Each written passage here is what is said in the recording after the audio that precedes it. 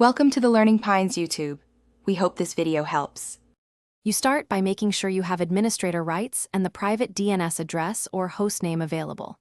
Once done, open Network Connections from Control Panel or Settings because you need direct access to the adapter properties. You want to identify the active adapter, Ethernet or Wi-Fi, so click it. After that, right-click and choose Properties immediately. This moves you into the Precise panel where DNS changes occur. Make sure to pause if you're unsure about the adapter identity. You now select IP4 or IP6 and open Properties. This is where manual DNS is entered.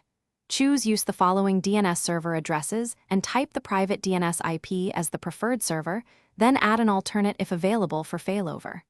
Make sure to hit Advanced if you need DNS suffixes or specific DNS order.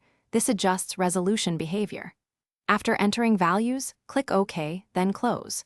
If you use DHCP, ensure you aren't unintentionally forcing settings that conflict with your router.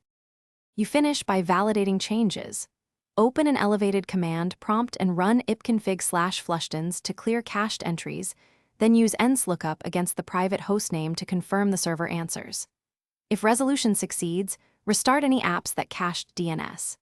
If it fails, make sure the DNS server is reachable, ping, or traceroute, the firewall isn't blocking DNS queries, and adapter metrics don't prefer another interface. One key troubleshooting tip: temporarily revert to automatic DNS to isolate whether the private server or local settings cause the issue.